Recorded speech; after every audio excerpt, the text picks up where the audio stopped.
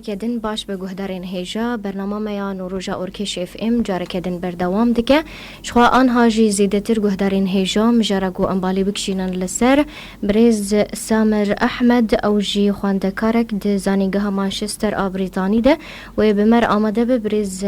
سامر دنباش.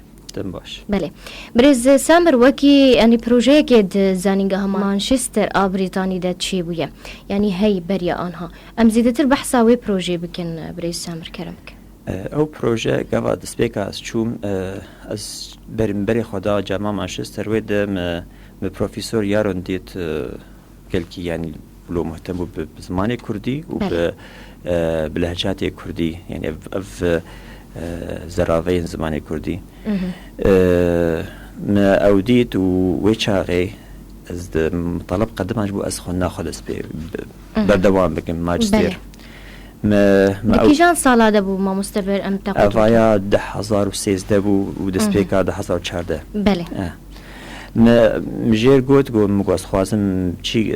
خنا خبر دوام بکم جاوی چاقی دستپیکا وی پروژه بوجی انه documentation of Kurdish varieties يعني اللهجات الكردية داتانين قواعد وانا واصوات وانا وشوا انه جودان جهف سر عمومي كردستان يعني بشكل عام نتني برچاك حرچار برچه كردستاني ايم كاريم تشبود في برو از ريسيرش اسيستنت بو باحث مساعد انه مجوار داتا بيانات داتانين دان هفدو ترانسكريبشن جرچيت كر يعني ما تشوا اختلافات بينها هنج لهجه چه قواعد بنجهد ودس دنگد صوت بله ما مستياني اف بروجاتش 1013 دابو جوي چاغي ده حتاني انها يعني برهوي ايگو ودانه هفدو جلهجه توك شخص ده آلي كاريب يعني زانينگها مانشستر يعني آلي كاريا ود في بروجي ده يعني چقاسي و برهفكر ايما ككردي كردستان السوري ما لهجات في منطقة باعتبار ايما بترز مطلع مسروانا يعني عفريني كوباني غربي عشيتي وكوتشري ما افانا دوكمنت كرن اي كردستان تركي وكردستان عراقي وايراني او جي اي وهبون قول سرد شغلين يعني مروفن تايبت بوي او جي هلبت همان باجاري بون يعني ايجو كردستان تركي بحثا كردستان تركي ذكر اللهجه الويدري يعني انا كانت الماب هاوينا بن طبعا سر انترنتي هي حركز جي كار درباس به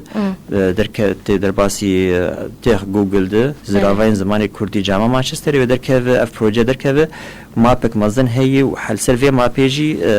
نقاط دانين يعني حركي حرب تقريبا ما قال لك باجار ما تشيكر ما كفر كرنا حركه ليخين الوانات تقدر كيف چه سماتی وی لهجه يعني بنجي هوي چاوايه چه اختلافاتي وينا هنا چاوا جوداي فورمالا كردي بدر خان ويعني ودنجي هيت كار لي غداري بك بي اي في دفري چاوا دشتغل بله وحر باجار بباجار يعني وتعيين كريان مثلا بيجن باكرو رجلات سوريا بقشتيان كردستان سوريا بقشتي يانجون وقام شلو الحال عمودي الحال عفرين الحال شاواب فشاو أبو خالد دستبيك يد السر مثلا كسي ويدا فري بكاوا دبينن أفايا لهجة ولا نا مثلا خاصة وعفريني وغربي نوك هذا فأنا أول شيء بجبرت تقدر تنيم فإيه بحس شاواكر اعتماد السر إنه كاب خلقي فيدا فري شاوا دبين لهجة مختلف يانا وسروي أساسي مثلا غربي باجارك برن يا د باجار حسب مظنبونا لهجيجي وبالكال بالدفرة ويناش قيسي فري حسب يتقاسي تبكر فأواياج دورا خواليست يعني والسيرفي أساسي دا سبيكرن إنه حر لهجاكي وقت بيجن استبيانك سر شيكرن وشاوا مختلف بله وبحث كر حر لهجاك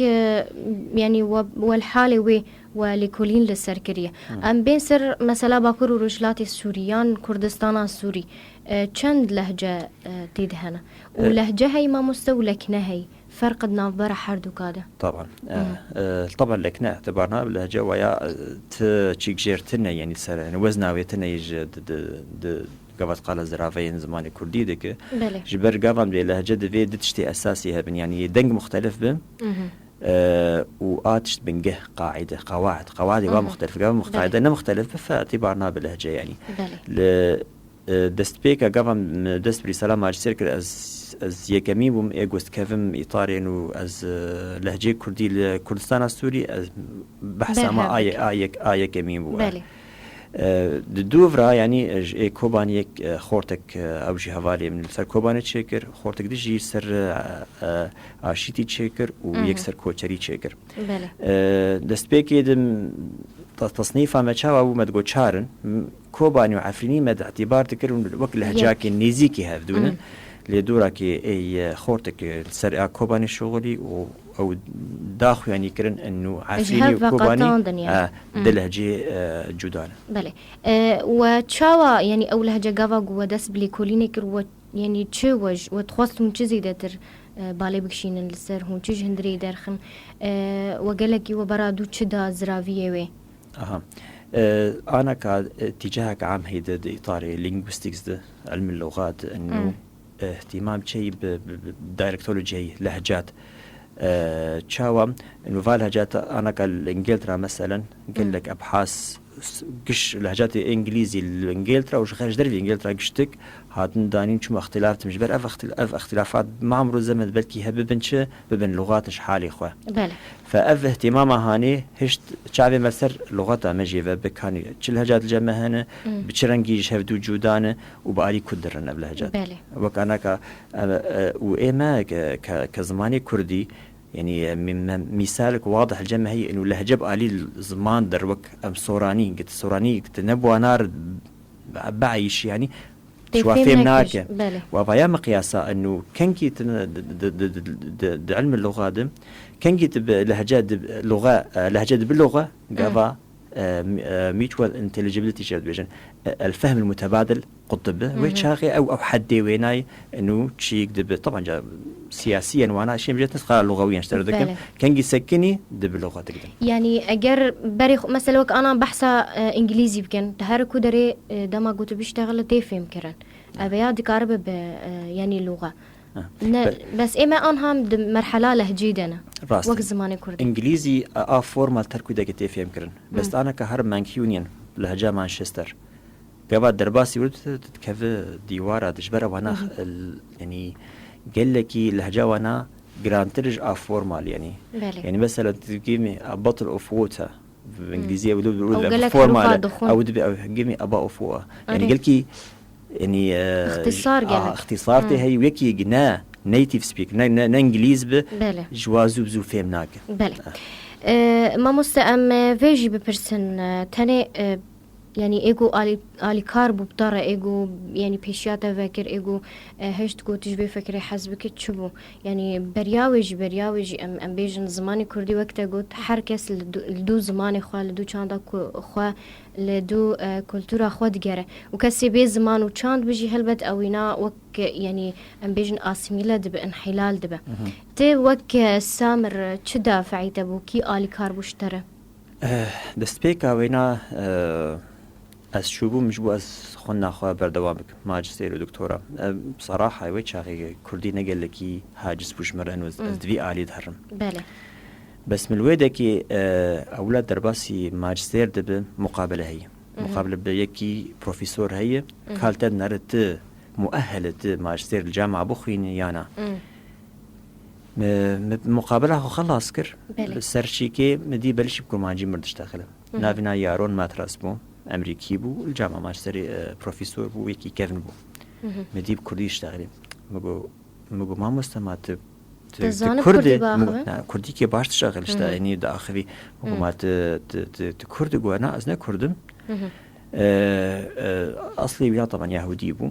بس جو أز مهتم قال لك بزماني كردي وكلتورة كردي وبحم لغويات كردي جويد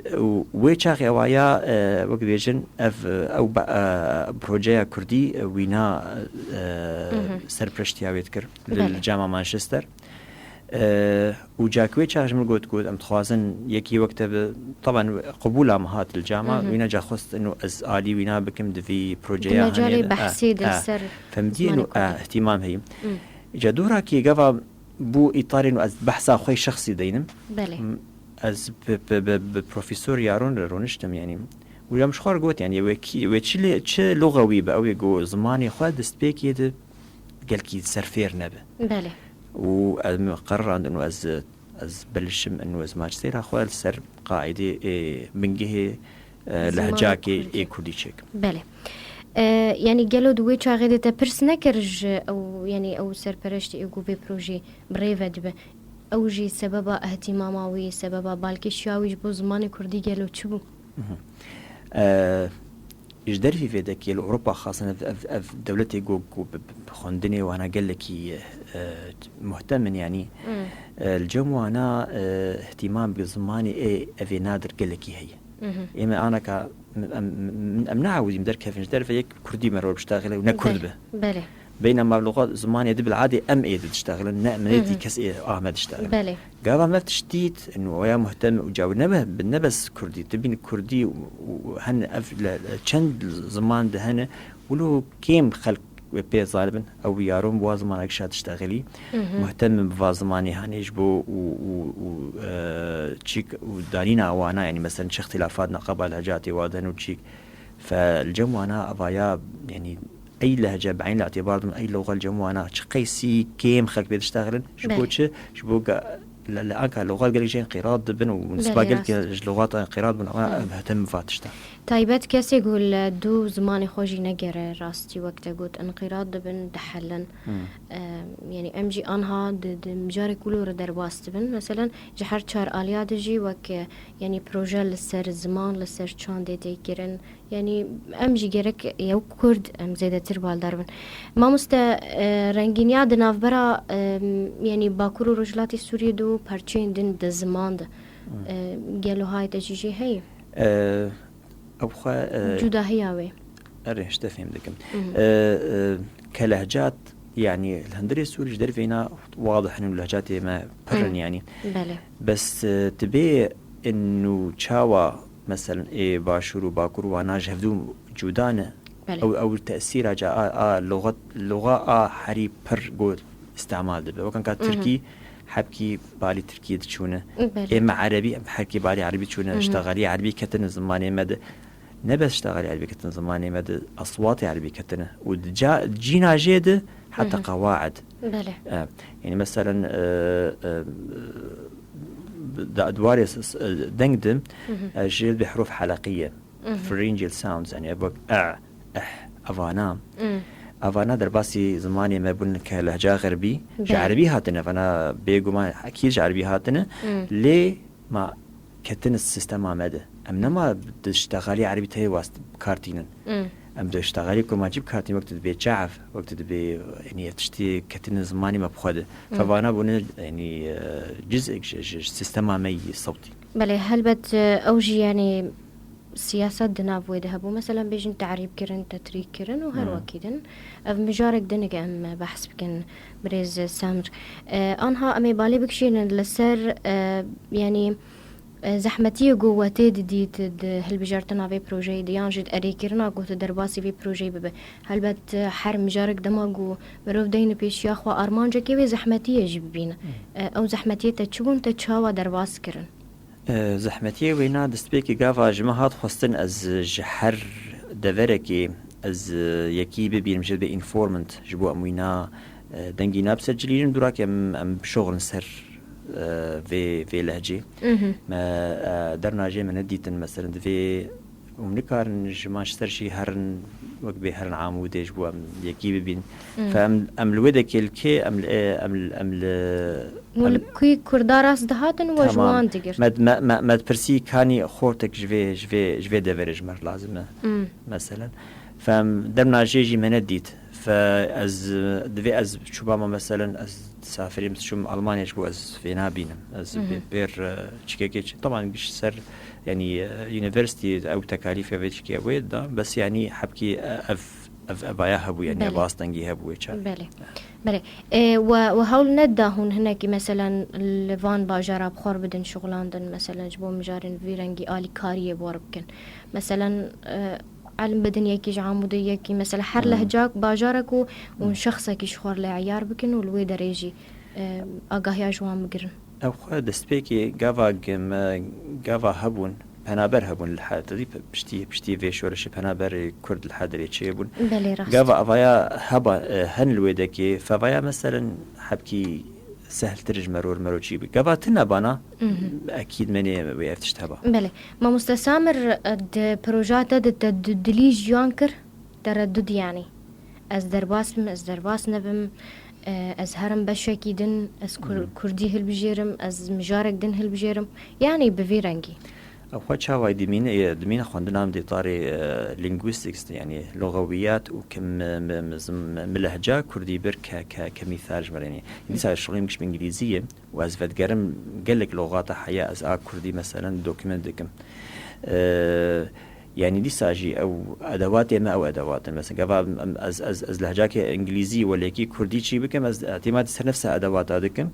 بس ما كردي شيء كجبر شغلتي كيمة قال كي كيمة يعني يقول طبعا شغلي مش إنجليزية بس شاوا إنه از دوكيمنت أنا مش إنجليزي بس از فروقات وينا سر زماني كردي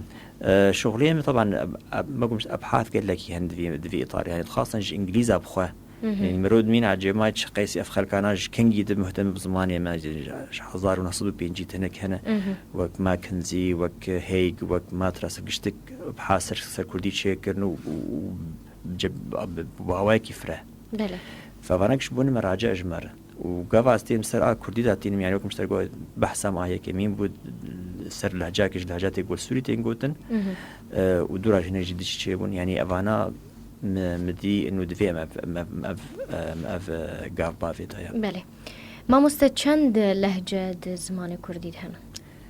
لهجة كل كيبرن جبر إنه درنا جيت هندري سوري بينجتين هندري سوري بينجن درنا نقابة هندري سوري وتركي دربا سر حدود درنا جي يعني قال لك يقولوا انحراف دبا ودرنا جي نفسها اللهجة تكملينا مع اختلافات طفيفة بس سر تاني أم بحسابا كوري سوريان كردستان السوري سر كبروجكت على ما جامعة سر حمه كردستان قشتك إيران عراق قش يعني حرشا كردستاني دارين أوانا خود شاوا كرنا جبر أنا كهنا أبحاثي خاص شيء نبنو أفلهجة أنا بحد سماتي أساسي فأو كمناطق برنا مثلا في باجاري ولود اشتغل في باجاري فهنا شغل شير دفيق إنه أيقو بحث بك وجاكي مثلا بأفايا لهجاك تجبر خصائص لهجاتها يعني في تشتن أساسي هبن حتى أفايا جودايج فينا أفايا جودايج بس وك مثال أم بيجن ما مستأنها كوباني بسر عربي في درج برقوني زيكي حلبي عفريني بسر تركي في قوتني ونادرن أو جي لسر سينور مثلا غربين وآشتيجي خيانة بشترجي باورم كوتشرجي هاي يعني كارم بيجن دسوري دبينج لهجة خياتكن دنارينا تد يعني اف بروجا وسركفتي بو آنا بروجا بريغو بروجا جد بايلوت ستادي تشتكن يعني وك بروجا كي تجريبي تشتكن يعني هو قابا قو تشتكن سلف نظام سركفتية وزان سلف نظام اف بروجا ناجح بيعني فا بايلوت ستادي تشيبو سيرفينا وطبعا اتحاد اوروبي دعما وينا بو ديدن انه يعني وي بيجن سترى النور يعني بالضبط يعني ابايا بوانار واشتري أساسي دست بيكرن وبروجي ناجح وأنا كحريك أنا قل لك أبحاثي هيكون هالشيء دبن اعتماد السيرفر يعني ديتا الجماعتنا بيانات الجماعتنا شو خرج بروجي بكل بساطة يعني علي وادك يقول سر لهجاتي كردي شبخاز هي الجماعة جاهز. بله د پیشروجی د پیلانه و زیادتر چه بیانه تو شخص سامر تهین زیادتر لچه بگرد زمان کردی ده أنا أزري سلا دكتوراه شيء دكتور لسه سر قواعد غربي بس بأواكي برفرهتر شهادة ماجستير برشهادة مثلا قال كي بتشوش كيش بنجه زمانێکی تبێدانی ژێر سەریان فمانەکە جەز بەرفرەهی ئەزداتینم وشغلي طبعا بالإضافة جوينا از هناك مؤتمرات يصير كردي فيت هالي شيء بنتشاركين بلي مسر إنه شاوا أفحر بينج لهجة يقول كردستان السوريتين قوتن شاوا بشاواي جودانش هفدو طبعا دتشتي أساسي هنا دنج وبنجه قافا فانا اختلافها بشكل واضح من روزان بيضايا لهجات مختلف سنة بله ام بحث بكن كيجان زرابة انكو كيجان لهجة راستره دواري دايلكتولوجي تشتكتنا راستر مرونا بأب لهجة راست وأباينا راست صدفة بو انه جلالة بدر خان دست بيكر ولهجة جزيرة بوطا ودر دورا وينا دوكمنت كر وبو فورمالا كرديش بر نفيسكارا أو شوباند بله يعني جيج آمدي با ولهجة وربا جيج قامش له ولهجة قامش له بربايا يعني وينا تشتي غوزاني بو بله زمان خوي إدايك يداني وبو فورمالا كردي يعني محط صدفة يعني بله ما مستبرنامه بر بداوی وید چون اگر ما تشتیش بیر که منو پرسی به تکار ببیش کرم که آنجی گوتنی تیداوی والله تشتك دود بعلم بكشين تناي بس از سباسي عودكم سرفي تشيكي وان شاء الله سركفتن جواره به وش هر كسي نقول خوازه مثلا بعدي زماني خود وكلتورا خود نزيق به تشتكي از قلقي باركش هل بات يعني جوانكي دي تمني تجديد يعني الدولة دربقو زمان إثبات بكي زماني دايكي زماني كردي تايبت وكي ما قلت يعني دي مرحلة وچارچوبيا قو آنها بيلان لسر باكوري سوري چيد بقو هدف تاني تايبت كلتورا كردي و چاندا كردي به يعني هون جي كاربن بلغه بكن افجي كاركي بيروز يعني چاندا خو هون وگرينن هون به ملت دي ترجي بدن ناس کرن افجي بيروزه گلك سپاس جبوت بريز سامر احمد خواندکاری زانینگها مانچستر بريطانيا بمربوط خلق آمد سپاس گهدارین هیجا خلق آمد بویرنگی بداوی دبه حتانی مجارندن بمینن دناو آخر خوشیده